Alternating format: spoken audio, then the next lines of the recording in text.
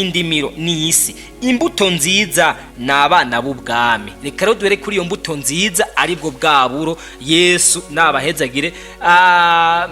Imbuto murabizi tegwa hehe? Mu murima. Nababwiye umurima nawo n'umugabo n'umugore, ni wa muryango. Yesu nabahezagire. Imbuto nziza n'abana bazokomoka hagati y'uwo mugabo n'umugore. Yesu nabahezagire. Tuje kuri no ruvyaro rugira kabiri, rwa ruvyaro ariko rwamfu, aribo bana ba wa mubi. Yesu nadutabare. Aba nabo muti baboneka byagenze gute? Biba byabaye gute? Yesu nabahezagire.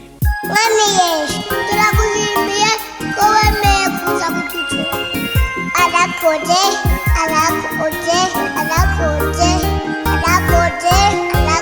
cyane. Mw'ijuru akorana inama yo gucungura abantu, mu bamarayika no mu binyabugingo habura uwo kumanuka, ariko Yesu umwana w'Imana asiga icubahiro ciwe, yemera kwitanga ku bwacu kugira ngo aducungure. Bene data, dusangira urugendo ruja mu ijuru. Nongeye kubaramutsa amahoro y'umwami wacu Yesu Kristo mutanga bugingo. Ndi mwene so niyo nize eri, mwari musanzwe mumenyereye na cyane cyane mu biganiro bica kuri chaîne y'Intayengira Kamaro TV ndetse no mu magroupe WhatsApp atandukanye. Umwami Yesu nabahezagire. None rero imbere yuko mbandanya, reka dusenge. Uhoraho nyakubahwa Imana Data wa twese ubyagiye mu ijuru, uragahezagirwa kubw'ukwera kwawe no kubw'imbabazi zawe. Ni wenyine igikorwa kandi ndetse ni wenyine umurimo. None rero nciye bugufi imbere y'inyonga zawe kano kanya, ntabari jewe ariko mwami wanje aze kuba ari wewe. Ngwaye kaze na karibu, ariko imbere ya byose banzungirira imbabazi. Maraso Yesu Kristo amboneke ko untunganye kandi untyorore, kugira ngo kano kanya Mana bikunde ubane nanje kandi wongere ubane n'abantu bose Mana bazokumviriza kino kiganiro mu izina rya Yesu Kristo. Nico gituma ndakwinginze, shishikara kubana natwe, muhemu wawe yera abane n'umuntu wese Mana azokumviriza ikiganiro uzobukoze. Bana natwe muri byose, gusabye muri weekend kuduha muri byinshi, mu izina rya Yesu Kristo mbisavyemwo, amen. None rero bene data, dusangira urugendo ruja mu ijuru. Uyu munsi nagomba ko tuvugana kwijambo rivuga ngo umurima w'Imana. Yesu nabahezagire. Ni cigwa ngomba ko tuganira ko cigwa kivuga umurima w'Imana. Bene data, no mu buzima busanzwe musanzwe muzi yuko na cyane cyane ku ruhande rw'abarimyi, iyo umurimyi agomba kurima, ubwa mbere aragira integuro. Yesu nabahezagire. Aragira integuro ubwa mbere, akiyumvira ibitegwa ari burime, hanyuma ivyo bitegwa ari burime agaca heza agategura neza aho azobirima. Yesu nabahezagire. Iyo umuntu agomba gutera imbuto rero hari ibikorwa abanza gukora. Arabanza agaharura canke akavyirira nko mu gihe ari mu nyovu, hanyuma akarima. Amaze kurima, aje kurima agakangaza, aje gukangaza, hanyuma akegeranya umwavu azokoresha mu gutera. Amaze kwegeranya umwavu, agaheza agaca amabango. Amaze guca amabanga agashiraho wa mwavu, hama akabona gushirayo za mbuto ziwe. Naho nyene amaze gutera ntabahejeje, araheza akazokurikirana wa murima wiwe gushika igihe kigeze cyuko umurima utanga ivyimburwa. Nkuko rero umurimyi akurikirana umurima wiwe, uko rero niko n'umwami uhoraho Imana yakoze igihe yarema isi n'ibiri kuri yo byose.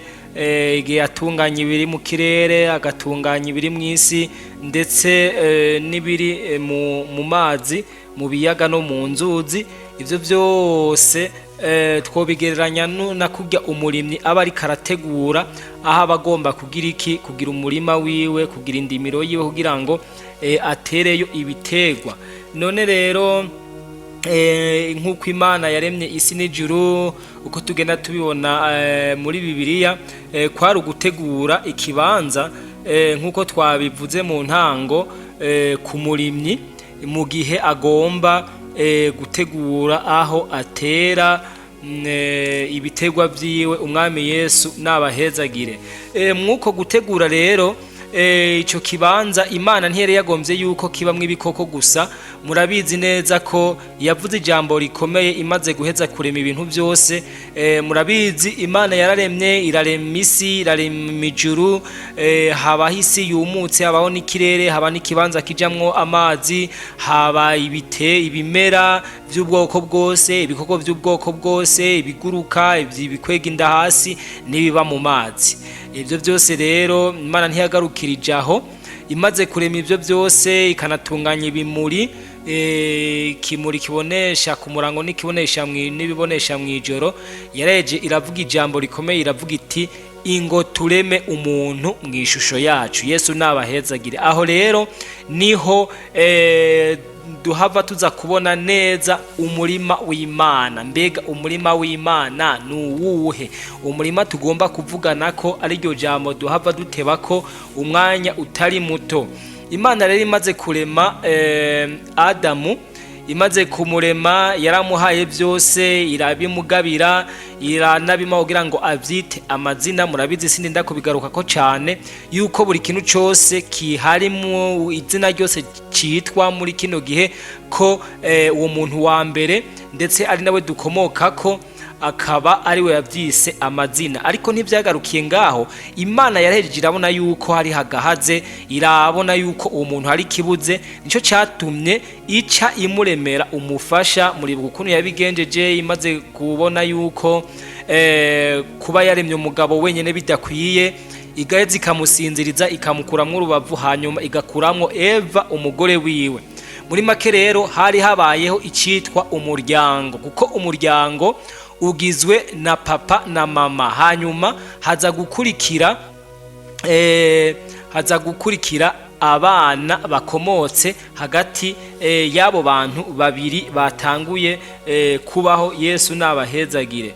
Muri make rero umuryango niwo murima w'Imana tugomba kuganira ko uyu munsi, kandi uwo murima nyene niwo watumye umwana w'Imana Yesu Kristo asiga icubahiro ciwe mu ijuru, akemera kwiyambura ubumana, akambara umubiri nk'uwa twebwe abana b'abantu. Ndetse nawe nyene ubwiwe ntiyashimye kuvuka atavukiye mu muryango, ahubwo yashimye kuvukira mu muryango. Ni naco gituma usomye muri Bibiliya kubw'amategeko no kubw'ibigaragara uza gusanga ari mwene Yosefu na Mariya.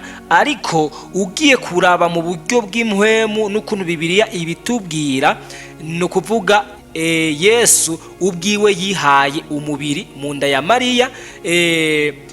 Yosefu mu bisanzwe Bibiliya itubwira ko ari umurezi wiwe, ariko abaho yari yaravukiye, abamubona canke imbere y'amategeko nk'uko muzi y'umwana wese avutse, haba icyo novuga, haba kwandikwa no kumenyekana imbere y'amategeko y'igihugu.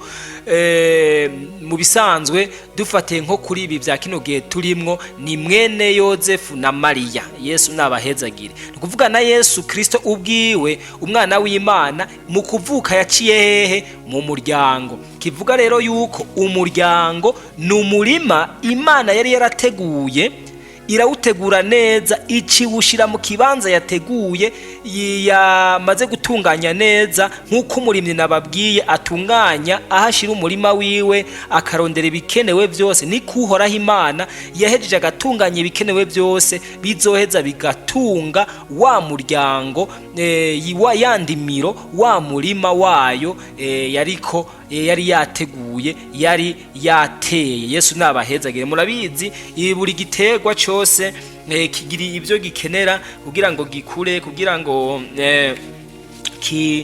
by'ukuri gitere kije imbere. Nuko haba hariho novuga nti ibyo gikenera gitegerezwa kuronka, kandi ibyo bibuze ntigiheza ngo kibe ciza canke ngo came nk'uko cyategerezwa kwama umwami Yesu. None rero bene data, mbere yuko tubandanya, reka dusome ano majambo y'Imana dusanga mu Itanguriro igice ca 2 ku murongo wa 18 gushika ku murongo wa 25. Turabe Imana imaze kurema isi n'ijuru, ikarema n'ibiri mu isi byose. Murabe ikindi gikorwa gikomeye yaciye ikora. Yesu nabahezagire. Ndasoma mu izina rya Yesu, ni mu Itanguriro 2 dura ku murongo wa 18 gushika ku wa 25. Ndasoma mu izina rya Yesu. Uhoraho Imana aravuga ati, si vyiza ko uyu muntu yibana wenyene, hinge ndamuremere umufasha bikwiranye. Nuko ibikoko byose byo ku misozi n'ibiguruka mu kirere byose, ivyo Uhoraho Imana yari yabumvye mu ivu, abizanira uwo muntu ngo arabe ingene avyita amazina. Kandi uwo muntu uko yise ikiri n'ubugingo cyose rica riba izina ryaco. Uwo muntu avyita amazina uhereye ku bitungano byose no kubiguruka mu kirere no kubikoko byo mw'ishamba byose, ariko ntihabonekamwe umufasha akwiranye n'umuntu. Maze Uhoraho Imana asinziriza uwo muntu butikoma, arasinzira, amukuramwo urubavu rumwe, ahomeka inyama mu gishingo cago. Urwo rubavu Uhoraho Imana akuye muri uwo muntu arukuramwo umugore, amuzanira uwo muntu. Maze uwo muntu aravuga ati, uyu ni igufa ryo mu magufa yanje, n'akara ko mu mara yanje, azokwitwa umugore kuko yakuwe mu mugabo. Nico gituma umuntu azosiga se na nyina, akabana n'umugore wiwe, akaramata, bakaba umubiri umwe. Kandi uwo mugabo n'umugore wiwe bompi bagenda amenya, ariko ntivyabatera isoni. Yesu nabahezagire. Naya majambo y'Imana twumvise ukuntu Imana yahejeje igatera yandimiro yayo, ari wo wa muryango ngomba ko tuganira ko. Yesu nabahezagire. Ndabibutse ko turi mu kiganiro Umurima w'Imana. Yesu nabahezagire. Tuko tuganira ku ijambo Umurima w'Imana. Yesu nashimwe. Bene data, ahanye nariko ndababwira ko na Yesu Kristo ubwiwe mu kuza kuducungura yaciye hehe? Mu muryango. Ni naco gituma n'igihe abantu bamaze gucumura, Yesu nashimwe, igihe abantu bamaze gucumura naho nyene Imana ntiyaciye ibata, niho mbere hanavuye n'isezerano. Nico gituma nagomba gucangira ko ndababwira yuko mu muryango iyo abantu basamaye, aho kuba imbuto y'Imana hashobora kuba imbuto ya sekibi. Yesu nabahezagire. Murabizi ico Satani ajejwe kwica, kurandura no kwiba. Naco gituma Satani agwanya buri gikorwa cyose ciza c'Imana, agwanya buri gikorwa cyose c'Imana. Yesu nabahezagire. Nukuvuga iki? Imana imaze kurema umuntu, Satani nawe yaragize ishari, arajingitwa. Murabizi mu Vyahishuwe Yohana hari ahantu havuga ngo isi ibonye ibara kuko wa mugwanizi ayimanukiye n'umujinya mwinshi. Yesu nabahezagire. Nukuvuga iki rero? Aha tukiri mu Itanguriro nyene muraza kubibona, muraza kubona ukuntu vyagenze, kubera yuko Imana yari yateye umurima mwiza, ari wo muryango b'abantu yari yaremye, ikabashira mu itongo rya Edeni. Satani nawe yaciye aza kugira ngo abambure ubwiza bw'Imana akoresheje amayeri n'amanyanga n'ubushobozi bwiwe. Yesu nabahezagire. Iki abantu rero bakinogiye batariko baratandukanya, ni iki kintu kivuga ngo Satani nawe nyene arafise ubushobozi, ariko ubushobozi bwiwe abantu barabwirengagiza. Nagenda babwire ko nawe nyene afise ubushobozi, kuko ubwa mbere mwibuke yari umumarayika mukuru, yarabaye mu ijuru, azi ibikorwa vyakorerwa mu ijuru, azi Imana. Wewe barabanye. Yesu nabahezagire. Azi Imana kurusha twebwe abana b'abantu. Cyo gituma na Satani arafise ubushobozi, ariko ubushobozi bwiwe nibuke ku bushobozi bw'Imana, nibuke ku bushobozi bwa Yesu Kristo yadupfiriye akatumenera amaraso ku musaraba. Yesu nabahezagire. Naco gituma rero muri uno murima w'Imana, Satani nawe yaraje abibamwo imbuto mbi. Yesu nabahezagire. Nababwiye Imana yarateguye umurima, irawutegura neza, iwuronderera ibyangombwa byose. Hanyuma mwo murima imaze kuwutera, Satani araza aca mu wundi munyuro, araza agira iki? Abiba ugwamfu muri wa murima w'Imana. Ni ukuvuga aterayo imbuto mbi atari iy'Imana yari yagize iki? Yari yateyeyo. Yesu nabahezagire. Reka ngire ko tubiraba naho nyene tubisome mu Itanguriro, ni igice cyaho ca gatatu. Igice ca gatatu dura ku murongo wa 14 tugeze ku murongo wa 15 ni mirongo ibiri. Yesu nabahezagire. Dura ku murongo wa 14 tugeze wa 15. Uhoraho Imana abarira iyo nzoka ati, kuko zivyo ubaye ikivume mu bitungano byose no mu bikoko byo mw'ishamba, uzohora ukwega inda hasi, uzorya umukungugu iminsi yose y'ukubaho kwawe. Nzoshira inyankane hagati yawe n'uruvyaro rw'umugore no hagati y'uruvyaro rwawe n'urwiwe,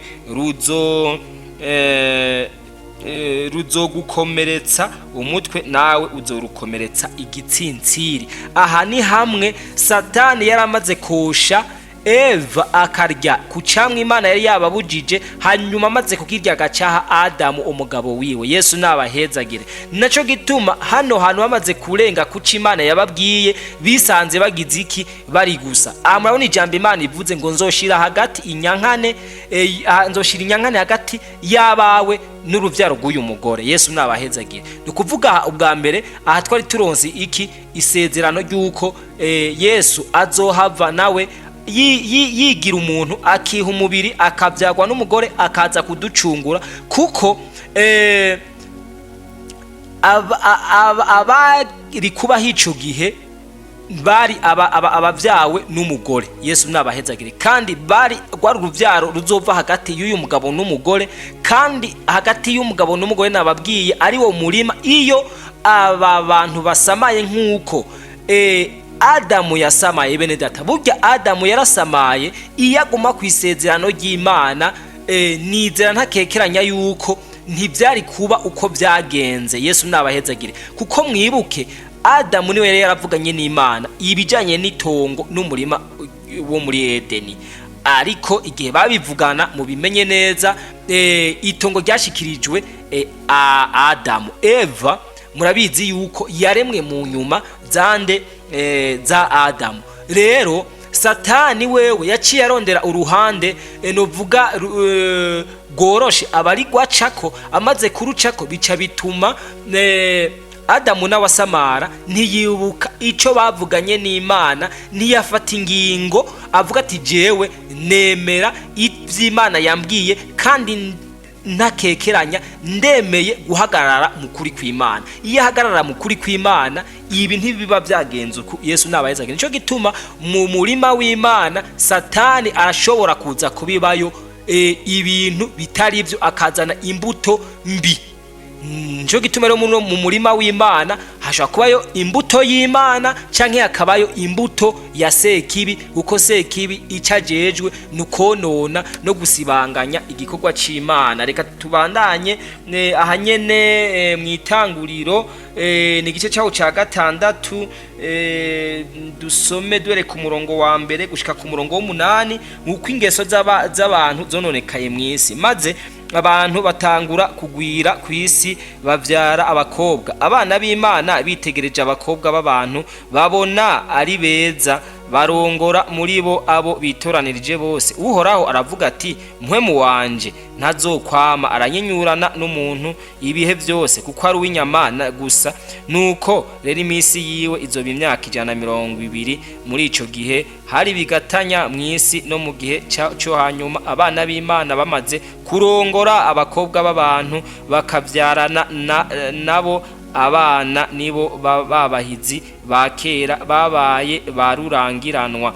Yesu nabahezagire. Reka tugeze ngaha, amurumva ikintu cahabaye, havanganye ibintu bibiri bidasa.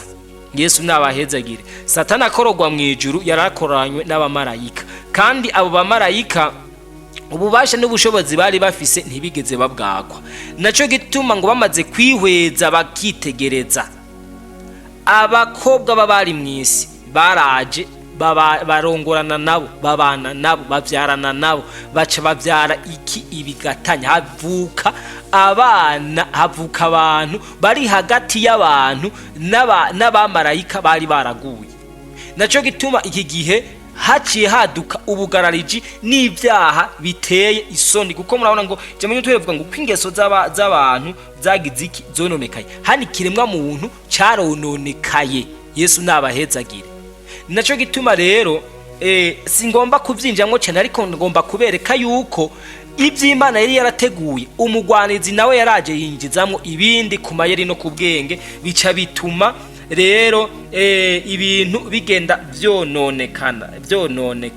Muri ayo majambo duhejeje gusoma aratwereka ibintu bibiri bitandukanye, uruvyaro rw'Imana n'uruvyaro rwa Satani. Mbere tukanabibona Yesu Kristo wenyene ubwiwe ariko aravyivugira mu butumwa bwiza bwa Yesu Kristo nk'uko bwanditswe na Yohana. Tuja gusoma duhereye ni igice c'8 duhera ku murongo wa 31 dushikane ku murongo wa 44. Ubutumwa bwiza bwa Yesu Kristo uko bwanditswe na Yohana igice c'8 31 tugeze ku 44. Yesu nabahezagire. Ijambo ry'umutwe rivuga ngo abana nyakuri. Nuko Yesu abwira abayuda bari bamwemeye ati, nimwagoma mu ijambo ryanje murabigishwa banje by'ukuri, kandi muzomenya ukuri, kandi uko kuri kuzoba kwidegemvya. Baramwishura bati, turi uruvyaro rwa Aburahamu, naho twigeze tujakarira umuntu numwe, none uvugute ngo tuzohabwa ukwidegemvya? Yesu arabishura ati, nukuri ndababwire, ukora icaha wese n'umuja w'icaha. Umuja ntiyamatsindaje mu nzu, ariko umwana we yamatsindaje. Umwana niyabaha kwidegemvya muzoba abidegemvya nyakuri. Ndazi ko muri uruvyaro rwa Aburahamu, yamara murondera ingene mwonyica, kuko ijambo ryanje ritagira ikibanza muri mwebwe. Jewe mvuga ivyo nabonye kuri data, namwe mukora ivyo mwumvise kuri so. Baramwishura bati, Aburahamu niwe data. Yesu arabishura ati, iyo muba muri abana b'Aburahamu muba mukora ibikorwa nk'ivya Aburahamu. Ariko noneho murondera ingene mwonyica. Umuntu yababariye ivy'ukuri, ivyo numvise kuri ku Mana. Aburahamu ntiyagize atyo. Mukora ibikorwa nk'ivyaso. Baramubwira bati, twebwe ntituri bivyagwa, dufise data umwe n'Imana. Yesu arababwira ati, Imana aba ari so, muba munkunda kuko jewe nanje mvuye ku Mana, sinaje nitumye, ariko niyo yantumye. Niki gituma mutamenya imvugo yanje? Nuko mudashobora kumva ijambo ryanje. Mwebwe murabaso wa mugwanizi, kandi ivyo so yifuza nivyo mushaka gukora. Uwo yahereye ubwa mbere na mbere ari umwicanyi, kandi ntiyahagaze mu kuri, kuko atakuri kuri muri we. Iyo avuga ibinyoma, avuga ivyiwe, kuko ari umunyabinyoma, kandi ari we se wavyo. Yesu nabahezagire. Ngo mwebwe mukora ibikorwa ngo muraba wa mugwanizi, mukora ibikorwa vyaso, ngo kuko uwo ngo yamye ari umunyabinyoma, ngo yavuga ngo avuga ibinyoma, ngo guhera na kera yamye ari umwicanyi. Yesu nabahezagire. Guhera mu itongo ryo muri Edeni nta kindi camuzanye atari kwica umwana w'umuntu. Yesu nabahezagire. Ni naco gituma bene data, iri jambo ry'Imana riratweretse ibintu bibiri. Yesu ikaravuga harimwo uruvyaro rwa Aburahamu, harimwo n'abagwitira ngo nabana ba Aburahamu, ariko Yesu yaciye bakuri inkoni ku gishitsi ko yarababona. Cyo gituma ijambo ry'umutwe ritubwiye ngo abana nyakuri. Harimwo abana nyakuri. Abo bana nyakuri rero bavugwa ni bamwe bavuka ku mugambi w'Imana, turaza kuvyinjiramwo mu kanya. Hanyuma aba nabo ba wa mugwanizi nabandi bavuka mu bundi buryo, ni ya mbuto mbi ya Satani. Nababwiye ko ari imbuto nziza y'Imana ni imbuto mbi ya Satani. Yesu nabahezagire. None rero bene data, dusangira urugendo ruja mu ijuru. Muri make umuryango ushobora kuba isoko y'ivyiza canke ukaba isoko y'ibibi, kuko iyo mu muryango harimwo ukumenya Imana, habamwo nuko ishengero rigira amahoro n'igihugu kikaba amahoro. Uhoraho Imana mu gushiraho umuryango kwari kugira ngo aronkemwo uruvyaro rw'abagororotsi rumuhimbara, ariko kuko Satani yamye ari umwansi w'Imana akaba umwansi w'ibikorwa vy'Imana, yakoze ibishoboka byose kugira ngo aburizemwo umugambi n'ibikorwa vy'Imana. Reka duce tubirabira hamwe. None ni gute umugambi w'Imana woba waraburijwemwo? Ni gute igikorwa c'Imana coba carononywe hakinjiramwo ibitari vyo? Reka tuce tubanza dusome inkuru iri muri Bibiliya, dusome ijambo ry'Imana riri muri Bibiliya ritubwira kuvyo urwamfu mu buro. Tuja turabira hamwe uyu mugani, muca mwumva neza ico muca mumenya muri umurima w'Imana yuko harimwo ibintu bikomeye biteye ubwoba byinjijwemwo. Yesu nabahezagire bitavuye ku mugambi w'Imana. None rero navyo nyene tubirabe ni mu butumwa bwiza bwa Yesu Kristo uko bwanditswe na Matayo, duhe ni igice ca 13, igice ca 13 duhera ku murongo wa 24. Umwami Yesu nabahezagire, dura ku murongo wa 24 tugeze ku murongo wa 30. Ndasoma mu izina rya Yesu. Urwamfu mu buro.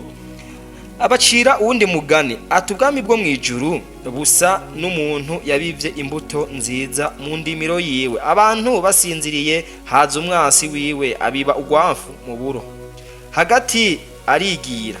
Bumaze gusesa no kuyangika, urwamfu ruca ruraboneka.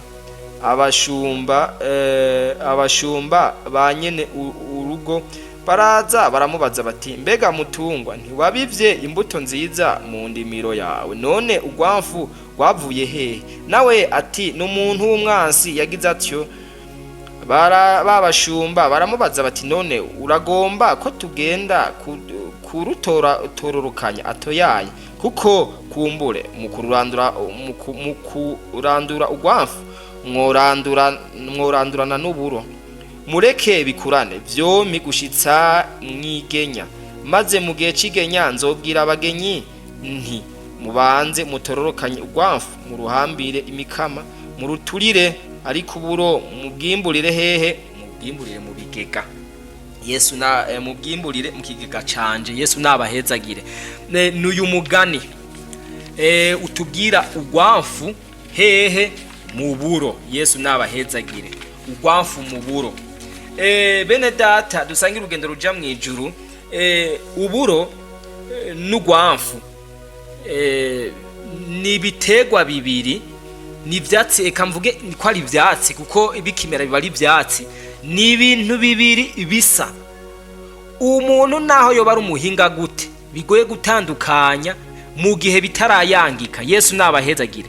Kiretse yuko urwamfu mu mibereho yaguko rusanzwe rumeze, novuga rurasagarara cyane kandi rushamika cyane. Yesu nabahezagire. Rurashamika cyane kuko gogo usanga mu mibereho yago rurashamika kurusha uburo. Yesu nabahezagire. Ni naco gituma bigoye gutandukanya urwafu iyo ruri hehe? Mu buro. Yesu nabahezagire. Aha rero uyu murima Yesu yari karavuga si uburo dusanzwe turima, si imirima y'uburo. Murabizi abarundi mu Burundi turari mu buro. Nukuri neka mvuge ko turi mu buro kuko ndabirabira aho negereye aho ndi hariho uburo. Uburo mu Burundi turari mu buro, kandi novuga ku gitigiri nta bitigiri byavyo nzi kuba burima kuko sindi umushakashatsi mu bajejwe gutororokanya ibiharuro by'uburimyi, ariko nk'intara mperereyemo uburo burarimwa cyane, ni gitegwa kirimwa. None rero bene data uyu murima wari kuravugwa si iyi mirima y'uburo tubona, ahubwo umurima w'Imana. Uwo murima Yesu yari karavuga,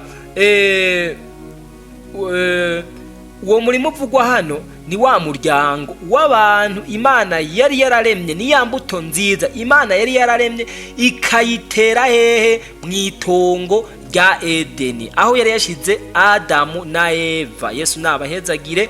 Abo nibo twese murabizi dukomokako, nubwo Imana yahoneje abari mw'isi mu gihe ingeso z'abana bantu zari zimaze kononekara. Murabizi neza yuko yasigaje Nowa.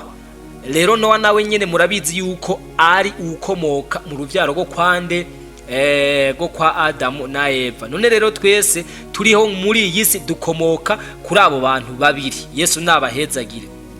None rero uwo ni wo murima wuhoraho, niwo rero ngomba ko tugira iki, ko tuganira ko neza.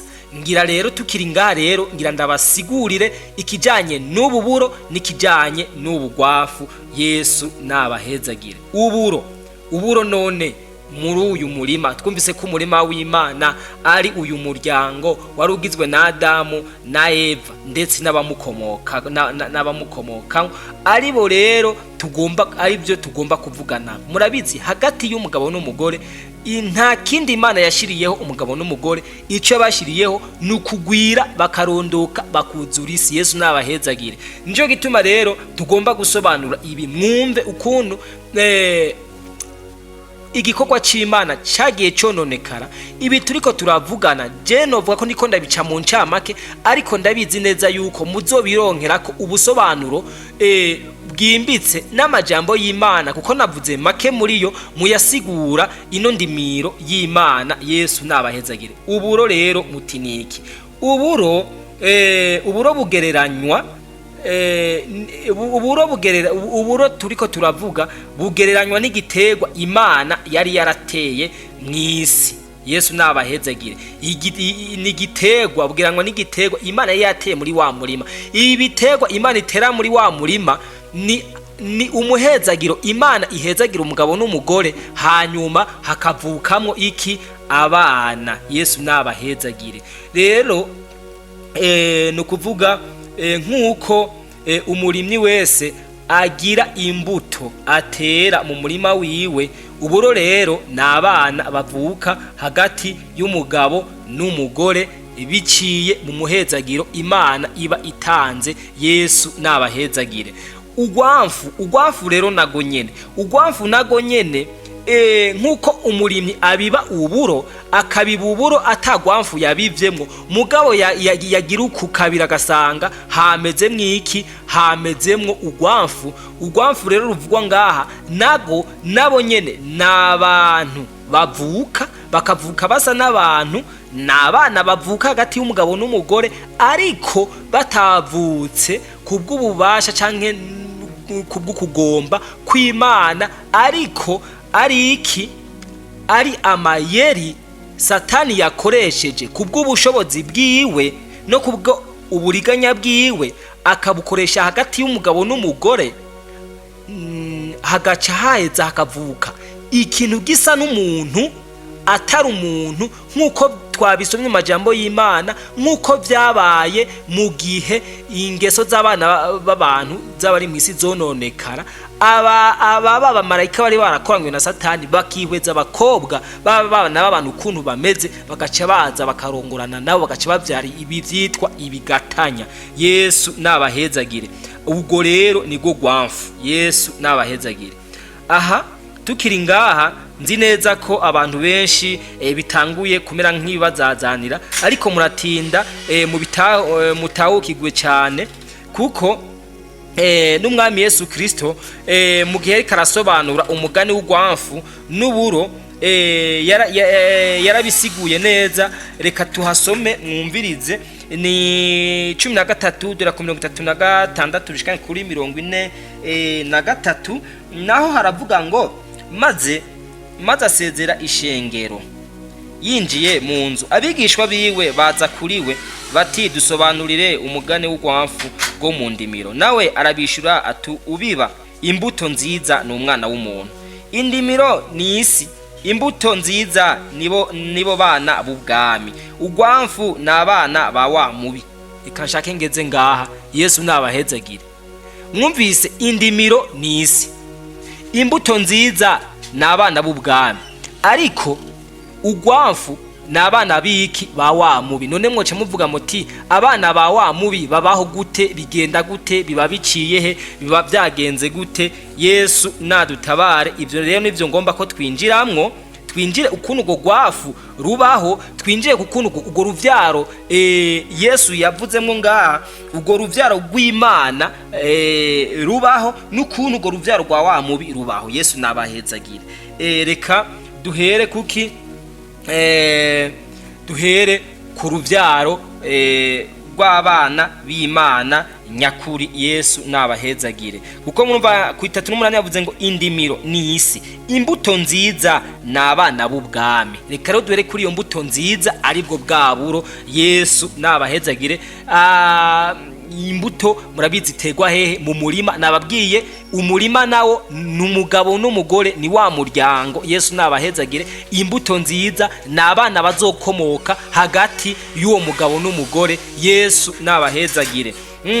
None rero reka tubandanye mu muryango bene data, kugira ngo havuke habeho bano bana b'ubwami, bano bana nyakuri b'ubwami.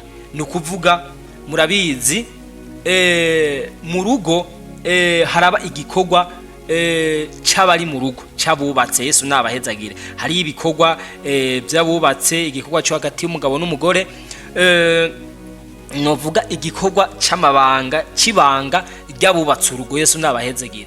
Mu gihe rero reka ro ndabereke neza ukuntu uruvyaro rw'abana b'Imana nyakuri rushobora kubaho.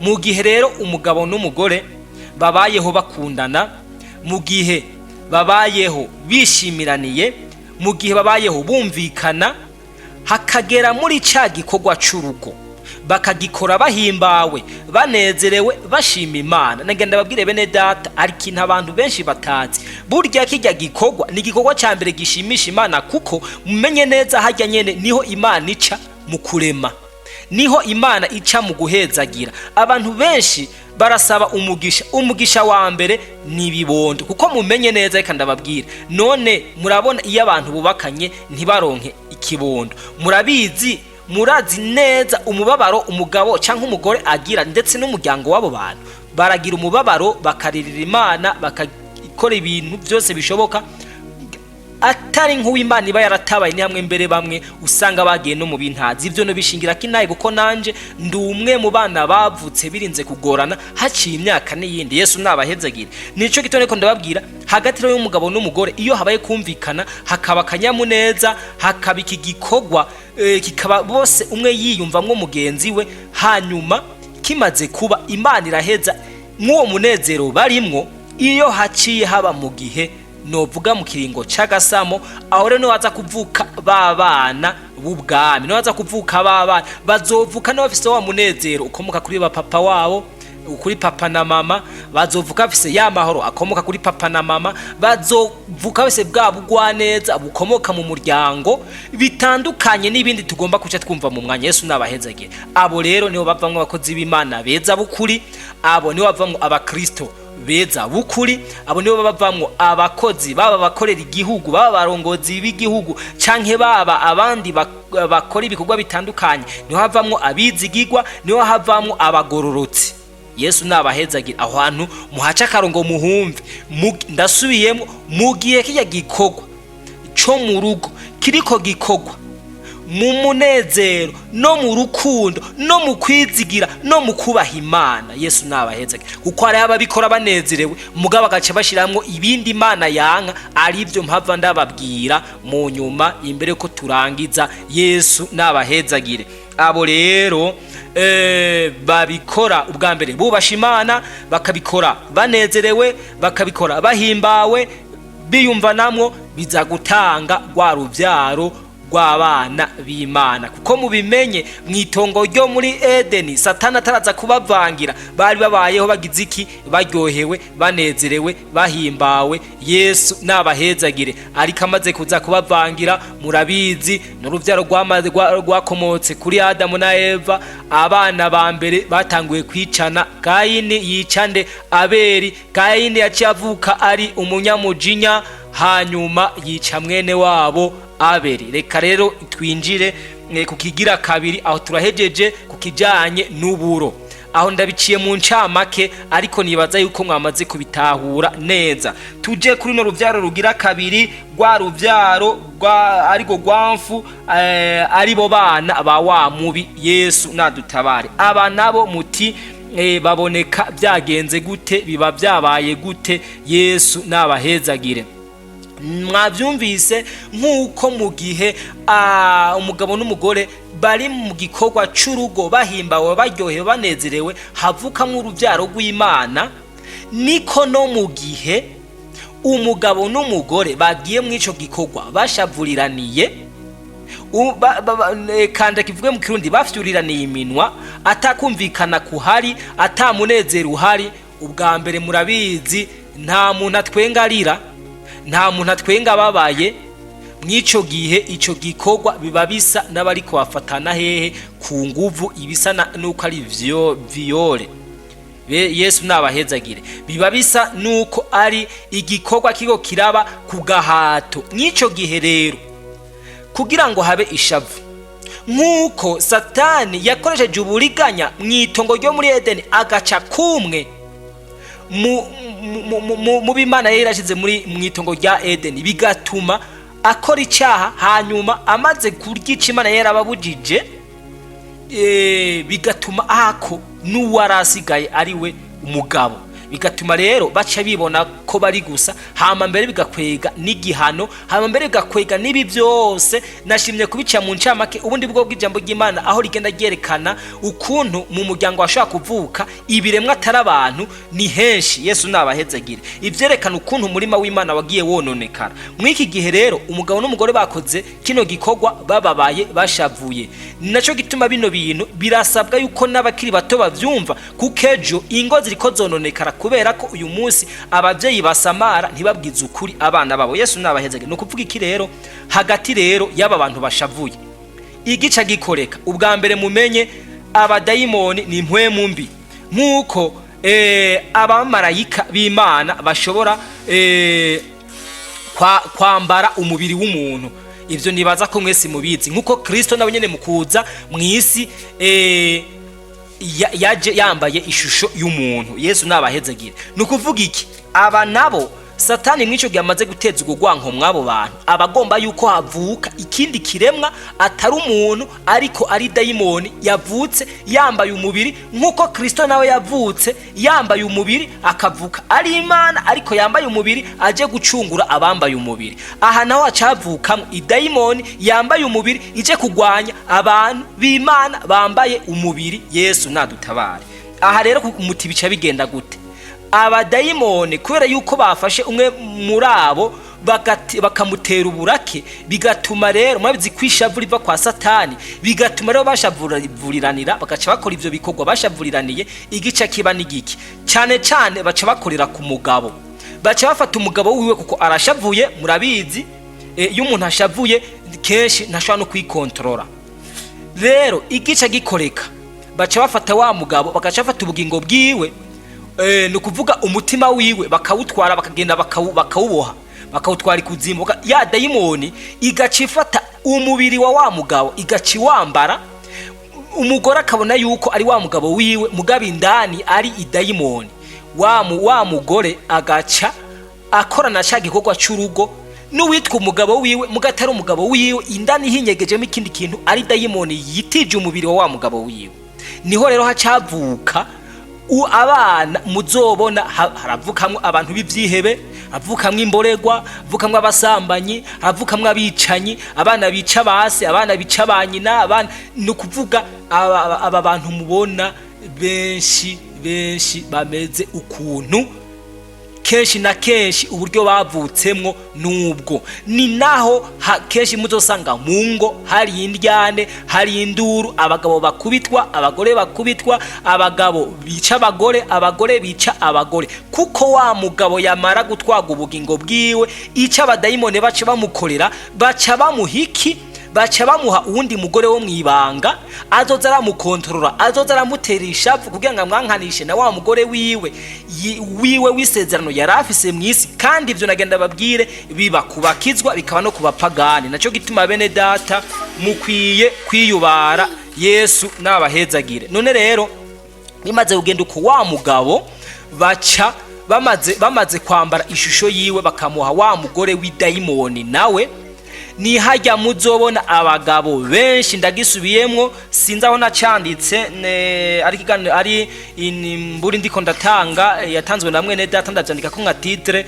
haca umuntu arambwira ati ku mugabo mu gihe atarota ivyo ntiyobakomeye. Nagyambwira abagabo mwese muzonkurikirana canka abasore, ahubwo rero aho rero niho hari ukuyoba, niho hari nukuboherwa n'amayeri biteye ubwoba bya Satani. Yesu adutabare. Mwico gihe rero igica gikurikira uwo mugore baguhaye, hajya ubona urota ukabona uryamanye n'umugore muri mu bikorwa by'urugo, uwo mugore ntawuzi canke ugasanga yaje no mwishusho y'uwuzi, bijya bintu sindoto ni ibintu biba biriko biraba, nikimenyamenya niwikangura uzosanga hari ibimenyetso bikwerekana ko wowe nyene hari igikorwa wari kurakora canke imbere unavyuke urushe. Urya rero urya mugore wo muri zirya nzozi, urya niwe aza gutuma mu rugo haba ukutumvikana, haba ugucanamwo, haba induru, kugira ngo bikunde Satani agwize kwa Ruvy'Aro rwiwe ruzoza kwica babantu b'Imana, ruzoza gutuma abantu b'Imana bamererwa nabi. Yesu nadutabare. Rero ingo ugaca usanga zibayemo induru, kumbe abantu ntibazi vyabaye, abadamu babana bitwa ko bararana n'abagabo babo, ariko umugabo wiwe ubugingo bwiwe barabutwaye, barabujanye kuzimu buboheweyo, ariko arakoreshwa ibindi bikorwa umugore atazi, akaba azi yuko ari kumwe n'umugabo we ariko ari kumwe n'idayimoni. Yesu nadutabara. Nico gituma umuzobona abagabo benshi bagenda mu bubare bakiyahuza inzoga, kubera iki mu ngo zabo ntibazi ibiba iyo batashe, ni induru ni intambara, kubera ivyo bintu baba bakurokiye batazi. Yesu nashimwe. Aho si ivyo gusa, ikigira kabiri aho tuvuganye ku buryo ukuntu abadayimoni bashobora gufata bakinjira umugabo n'umugore bagatezaho urwanko, inzigo, bigatuma havukamwo ibindi biremwa atari abantu. Ico ni kimwe. Ikigira kabiri bikurikirana uku, mu gihe nababwiye mu rugo bashobora kuba abantu bakundanye mugabo bagaca bazanamwo ibikorwa novuga bya gishetani, ibikorwa vy'uruteza soni mu gikorwa cyo mu rugo. Yesu nadutabare. Ivyo navyo akarorero nk'abantu murabona muri iki gihe tugeze mu gihe Satani yakoresheje uburyo bwinshi bwo kugenda yigisha abantu busambanyi mu buryo butandukanye. Yesu nabahezagire. Satani hari uburyo yagiye akoresha kugira ngo abantu barerebwe mu busambanyi, abana bacu bakure mu busambanyi, abagabo birohe mu busambanyi, abagore birohe mu busambanyi, ubwa mbere biciye mu nyambaro, biciye mu kaboregwe, biciye no mu bindi byinshi. Satani yagiye arakoresha nk'amayeri kugira ngo bikunde yonone ubwoko bw'Imana. Nuko kuvuga iki rero, iyindi nzira igira kabiri, aho nabwiye inzira ya mbere ni mu gihe babikoze bashavuriraniye. Inzira igira kabiri ni mu gihe naho bataba bashavuriraniye bagaca binjizamwo ibi bikorwa by'uruterasoni. Nganda babwire iki kintu kivuga ngo tirirange abantu bonkana indimi, ndeka ndakivuge mu Kirundi kuko ivyo bintu abantu benshi barabikora. Ivyo navyo ni yindi nzira Satani acamwo kugira ngo umugambi w'Imana uburizwemo, bikunde havuke bya biremwa, bikunde havuke mu Rw'Uruvyaro rwa Satani. Aho rero naho nyene mu gihe abantu bamaze gukora ivyo, no kuvuga hari ubundi bushobozi baca bambara, abadayimoni bagaca babinjirira, bigaca bimera kumwe nababwira ku bwa mbere. Yesu nabahezagira. Aho nikigira kabiri. Naco gituma mwico gihe muzosanga abagabo, hariho abagabo bisambanya cyane n'abagore bisambanya, kubera iki wa mugore canke wa mugabo wahabwa mu bundi buryo utazi bumeze nk'uburyo bw'impwemu, uwo rero n'umunyepfuhe cyane. Bene data kandi ababwire buryo umuntu hagiye usanze naho ubura umugabo cyangwa ukaba umugore ukamusangana uwundi muntu, natwebwe abana b'abantu murabizi ipfuhe riragufata ukumva ushavuye. Nabo badayimoni rero, uwo mudayimoni uba wahawe aca akora uko nyene akaguteza iryo pfuhe, bigatuma mu rugo hama akajagari n'induru. Yesu nadutabare. Ubwo n'uburyo bugira kabiri nababwiye, nibi bikorwa byinjizwamo mu gikorwa cyari cyateguwe. Imana yateguye ukuntu gikorwa, abantu gacha binjizamwo ibindi bitewe n'abadayimoni. Ibi bintu byabonkana indimi canke byabonkana mwico aho ahakorerwa ibyo bikorwa. Yesu nabahezagire. Siniwe ndabidondagura gose, ariko kashake ndakivuge ku bantu bonkana ibitsina, aho naho nyene Satani akorerayo agacamwo, bigatuma havuka abantu atari abantu, kuko abantu babinjijemo ikizira. Yesu nabahezagire. Hagaca hongeramwo rero nk'ico gimaze kugenda uko abantu baca bagira bati kubera yuko hama n'induru, hakaba kwihebura, hakaba kugwana, umudamu akabyara rushe, ababaye umugabo we atamwitayeho, bivanye n'izo ndyane ziba ziri mu rugo. Niho rero hacaduka n'uyu mugambi Satani yaciye azana witwa planning familiare, tuvyare bake dushoboye kurera, kubera yuko mu rugo hari indyane, umugabo ayarose ayamarira mu kabari kubera yuko hari ikimukoresha tazi. Umugore nawe niyo yarose nawe nyene aca yirukanga akaja kurenga ibigo kugira ngo yihore umugabo, bigaca rero mu rugo hama zandura kugira ngo bikunde. Igihe cyose bazoramuka bakoze ico gikorwa akaba ari mu mwanya Imana yohezagiriyemo, aho ku Imana yotanze umwana haca havukamwo ca kiremwa ariyo dayimoni. Yesu nadutabare. Nuko rero bigenda kugira ngo mu murima w'Imana hinjiremwo uburo. Yesu nashimwe. Naco gituma rero hacenjamwo n'ikindi gikorwa cikizira, ugasanga abagabo iyo bari mu ico gikorwa bariko bashira basesa hasi ibitari bigenewe kuja hasi. Ico naco murazi ko ari ca kibi na Bibiliya ivuga ni ikizira. Yesu nashimwe. Abantu rero bagace babikora uko, bakaba bibamwe uko, bandi bakaba mu bya planning familiare kugira ngo bikunde nazo natwara ninda nti. Yesu nashimwe kugira ngo naho azoje mu busambanyi ntasame. Yesu nashimwe. Abantu bagaca mu byaha byinshi, akaba mu kwica, akaba no kubyara ibintu atari abantu, bigatuma rero umujinya w'Imana uba mwinshi. Naco gituma muona muri kino gihe ibintu bigenda bihinduka, kandi abo bana bavuka mwe n'ubwo buryo n'abana babaciye ubwenge, n'abana b'incabwenge mu mpande zose, n'abana iyo bakuze n'abana usanga b'abanyenkomezi, bari no mu bikorwa bitandukanye, mu ishengero bariyo, mu ntwaro bariyo, hirya no hino mu bigo byo mwisi bifata ingingo barimwo, nibo bafise amahinguriro akomeye, amatekinoloji n'ibindi barabifise, kuko bobo communication yabo iri direct y'abadayimoni. Kandi ushobora kwibaza yuko harimo aba bari ivyo birimwe batabizi, n'abandi baba babizi. Yesu nabahezagire. None rero bene data, ndabona ikiganiro kibaye kirekire, ntagomba ko kiba kirekire. None rero ico ngomenya coco nuko uruvyaro rw'Imana ruva mu bantu bagororokeye Imana, abantu we kwakora igikorwa Imana yashinze uko bitegerejwe. Ariko uruvyaro rwa wa mugwanizi haba habanje kuba mwiki ugwanko, hakabamwo inzigo, hakabamwo ibitagenda neza, bigatuma havuka abantu atari abantu. Naco gituma ivyo bintu iyo umwe muri ababaye maso, birashoboka yuko bigwanywa mu muryango. Ivyo tuzobivugana ko hanyuma, ariko imbere yuko ndangiza, hari abazokumva ibi bakibaza ibindi, ariko nagira ncange ndabajije ibibazo. Mbega none burya iyo umuntu agomba gusambura umuryango abanza gukubita abana canke akubita papa na mama? Ikigira kabiri, iyo umuntu agomba gusambura ishengero ahera kuba Kristo canke ahera kuba kozi?